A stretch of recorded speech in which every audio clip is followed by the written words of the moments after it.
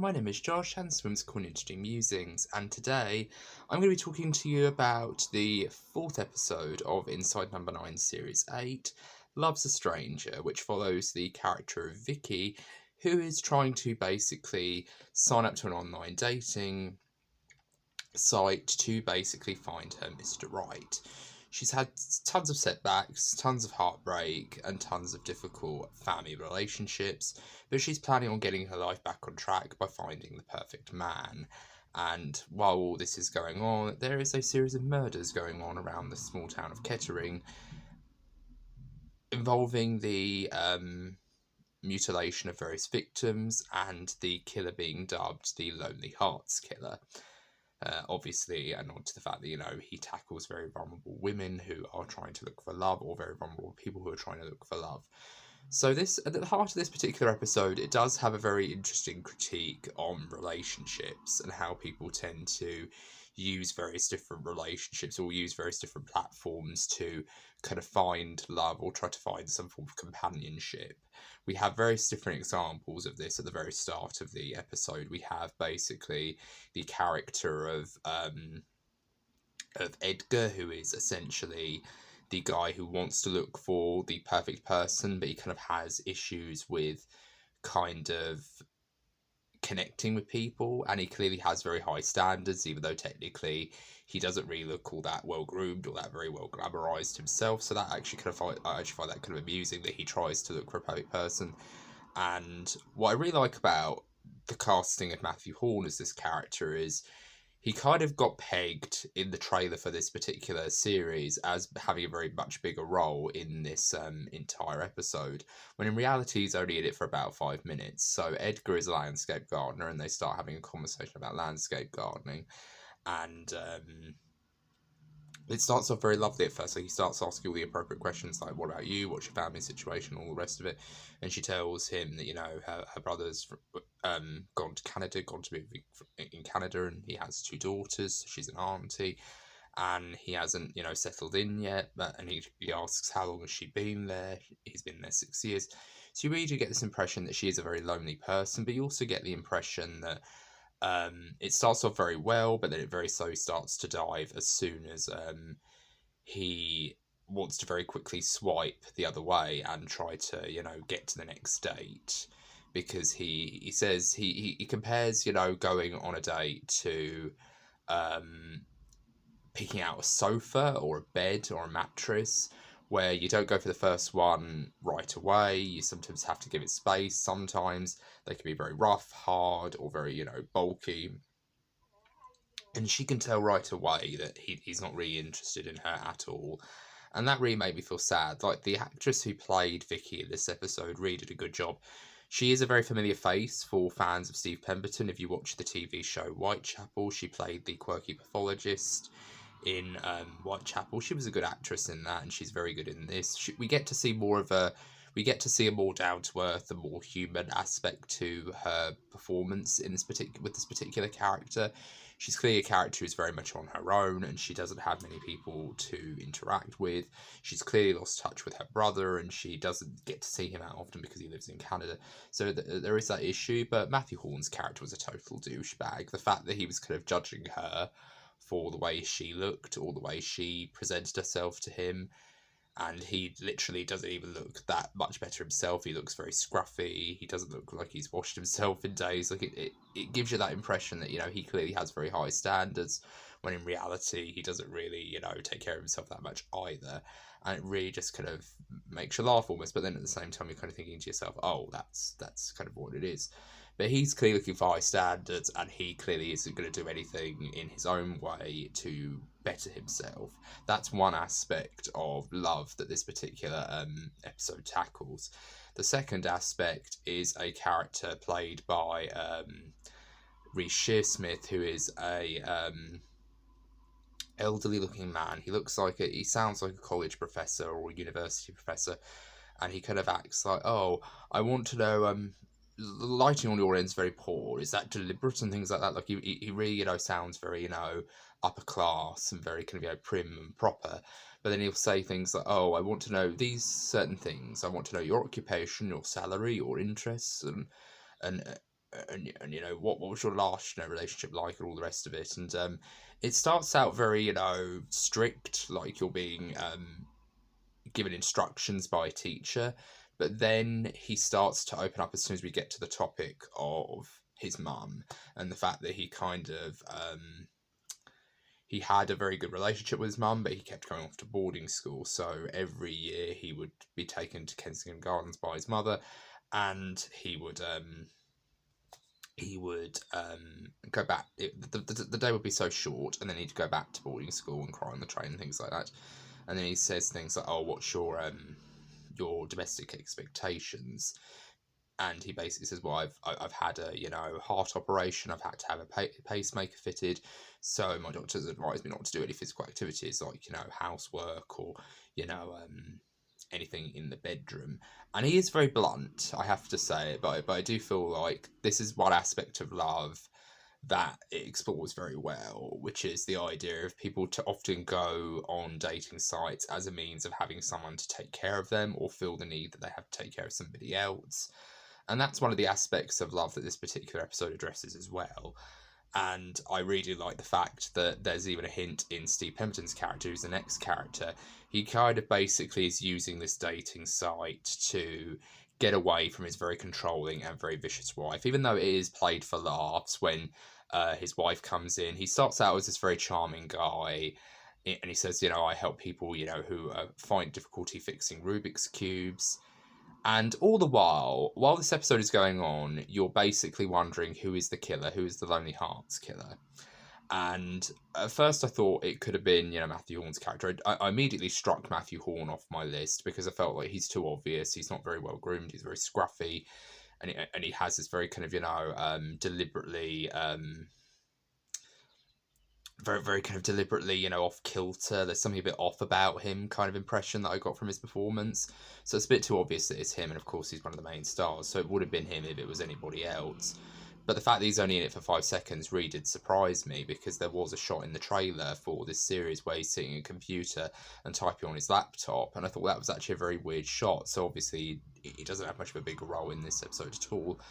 But what I really like about Steve Pemberton's character is he starts off very nice, very charming, and then he says something like, "You've got lovely eyes, by the way." And the way he said it, coupled with the smile, it kind of gave me this very unsafe vibes. Like, oh my god, he's actually, he could be the killer, he could be dangerous, be careful, you know.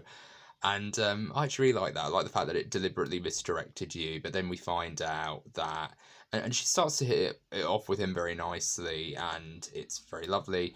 But then she says something which kind of comes into play much later on. She says at one point during the conversation when she's with Steve Pemberton's character, Manny, she says, "I'm a landscape gardener and I do the sort of things you see on the Chelsea Flower Show." And that immediately surprises him. He goes, "Oh yeah, that's actually really nice. Oh, I was expecting you to do that. I was going to make a comment about a friendly bush, but then I decided to go back," or whatever. That was a funny line. But yeah, I really do like that moment. But I really do think it's a great example of the sort of love that people go to, which is that often, because even though it's played for laughs, when it is revealed that he is actually married with children, you immediately start to realise why he's doing it. Yes, I kind of said on my first viewing, well, if you're going to have a go at someone, love, have a go at your husband. Like, don't have a go at this poor woman who basically didn't know he was even married. It's the fact that, you know, she kept picking on her, but the fact that, you know, she did that really goes to show that what kind of a relationship he has. And even though he goes, "Oh, I broke someone's ribs once, and I can do it, you know," and he goes, "She can." She says it in kind of like this exasperated voice. Even though it's played for laughs, it is very kind of dark, because it shows that he's essentially in an abusive relationship where he doesn't feel happy. He feels very kind of restricted, hidden, constricted, and I really do feel like that really does add a certain level of a very interesting aspect of love that, you know, is explored through this episode, which is the idea that they usually use dating sites, or that the fact of dating just to meet someone to talk to and to get their confidence back. And it's kind of very similar, because when you see because she says at one point, she goes, I don't know why I said I was a landscape gardener.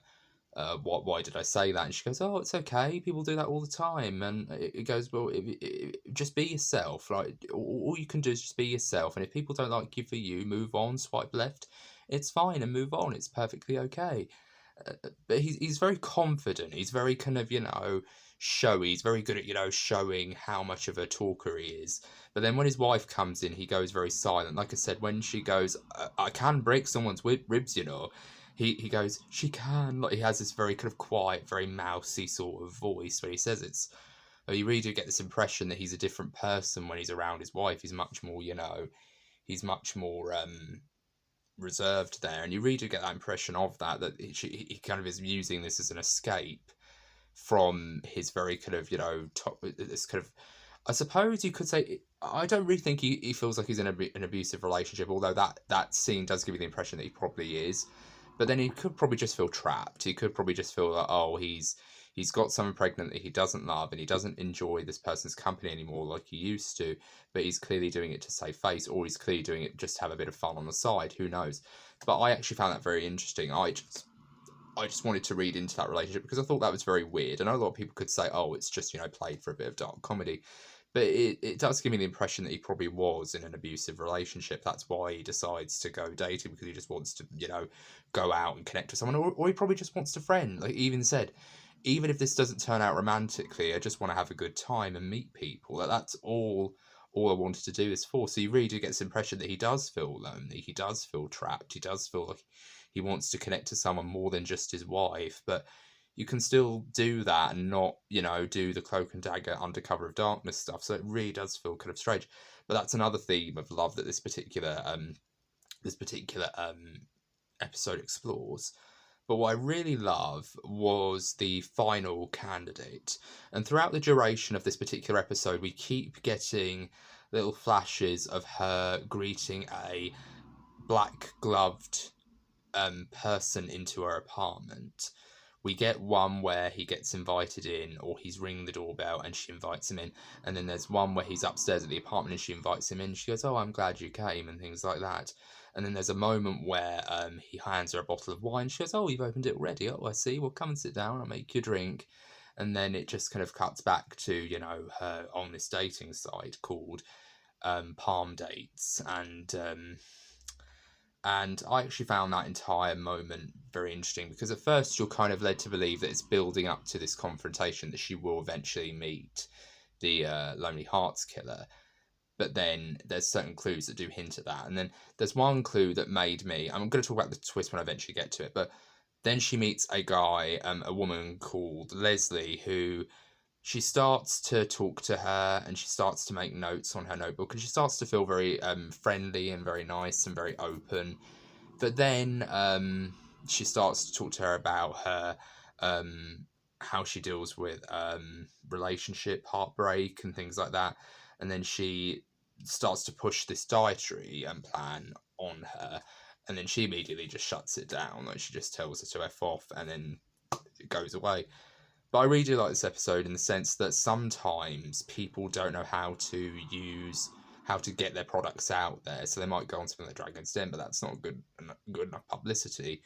But like I said, there's other ways in which you can promote your product without having to rely on dating sites. You can use, YouTube. Like I use YouTube just to talk about, stories on my YouTube channel. So the fact that I'm using YouTube as a way of getting out there and, amassing, this community of people who really do love my content or really do enjoy watching my content really is one of the things that have really pushed me to get out there and actually talk about stuff.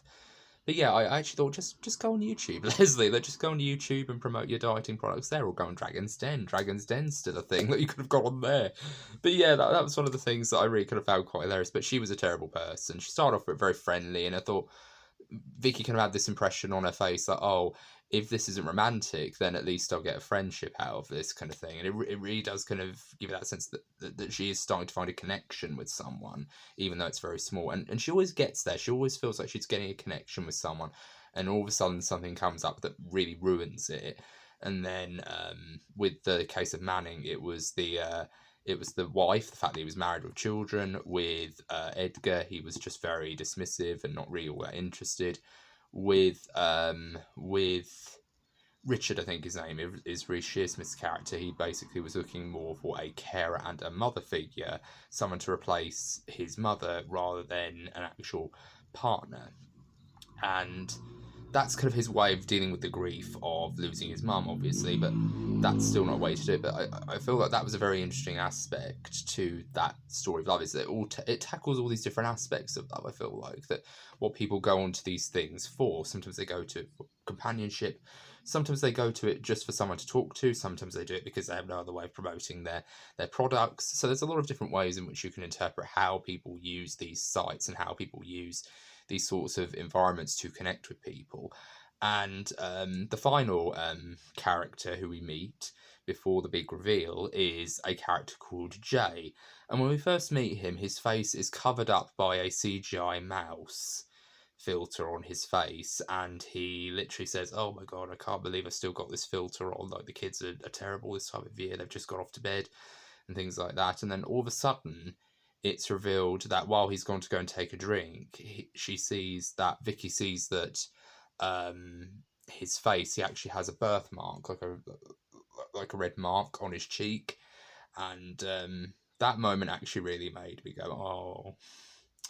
That one actually got me a little choked up a little bit. Like when I saw that, I actually felt very sad that he felt so insecure about the way he looked, to the point where he literally had to put a filter on the computer. That was such a sad thing to see. And I have to say, this episode really got to me in a way that very few Inside Number 9 episodes have since Bertie Clifton's Dressing Room and the 12 Days of Christine. This is clearly their, big emotional episode. But what really was incredible was that you really do get invested in Vicky's love story. You get invested in her wanting to go and find Mr. Right. You get invested in what her character is going through. You really do sort of connect with the fact, like she says when she's talking to one other person, that she lost her mum recently, and it feels kind of weird, or it doesn't really feel real at first. And you start to get all these little pieces of, oh, she doesn't really have that much to go on. She's got, no friends, no family. Her only family that's ever existed is her brother who lives in Canada. So you really do get this impression that she doesn't really have that many people to talk to or many people to go to connect with. So it's really sad that she goes on this site, to connect with people in the way that she does. And it's very powerful, it's very well crafted, and I do feel like Steve Pemberton and Reece Shearsmith really get how to play character, and they know how to write character very well, to the point where you can take a character like, say, for example, Pauline from League of Gentlemen, and you can make her into the most unlikable person in the world. She is an absolute monster, but then one scene or one line of dialogue will immediately change the way you think of that character, and the way you kind of see that character in their overwhelming, in how they're presented. Because usually characters like Pauline should not be the heroes or the, tragic figures that they are, but the talent with both of these writers as writers and performers is they're able to rechannel all that into these very interesting and very in-depth characters. Even off-the-wall characters like the Tat Syrups in League of Gentlemen, they really do give an impression that they are human beings at the same time. Yes, they're very exaggerated human beings, and they're almost cartoony and horror film-esque, but you really do get this impression that they are still people, and that's something that I really do like about their writing, and it's the same here. So, and this one really got to me because I was really happy when it was revealed that, he uses this filter to kind of, get people to feel comfortable around him, but then it also raises suspicions that people don't want to talk to, and they start to relate to the fact that they can't really find any meaningful connections with people. And it starts out very nicely, and there's this really wonderful moment where they ask each other out, and he puts on the heart filter where all the love hearts go around his head, and he does the love heart sign, and then he says, "Oh, quick, Vicky, hope you have a good memory," and he holds up his number. And I actually found myself going, "Oh, quick, they've only got, about 50 seconds left, like, quick, get the number down, And I actually found myself really smiling when I watched that moment, because I actually found myself going, "Oh, I'm so glad she got a chance to go on a date," or something like that. But then who's the guy who kept, being, invited to a house? And I thought, oh no, I hope he's not the killer. And then it's revealed, in a twist, spoiler alert, by the way, for the big twist of this episode. The big twist is that it turns out that Vicky was the killer. It turns out that she was basically, looking at these men and basically trying to decide which one was the right man for her. But then whenever it goes to a point where it's like, oh, this character could very easily, be Mr. Right, they'll always do something that really messes it up. Like, they'll always, say things like, oh, I'm married, or oh, I've lost my partner, or they'll my partner doesn't know that I'm here, or anything like that. Like, they'll say something that ruins it. And in the case of Jay, he ruins it by saying, he went on these pickup courses, and he talks about negs, and he throws in little comments like, oh, talking about Bitcoin and things like that. So there's a lot of things that he's doing to kind of rebuild up the connection that the two of them have. And it turns out that he basically is just doing it because he doesn't have any real confidence. And it starts out very nice. And part of me likes to think if he hadn't revealed that, if he hadn't revealed all that pickup course conversation, I would have actually really kind of wondered, would she have actually killed him? Because part of me feels like it would have been, they could have had just a nice date and then that would have been it. But then because he said that, it kind of ruins the entire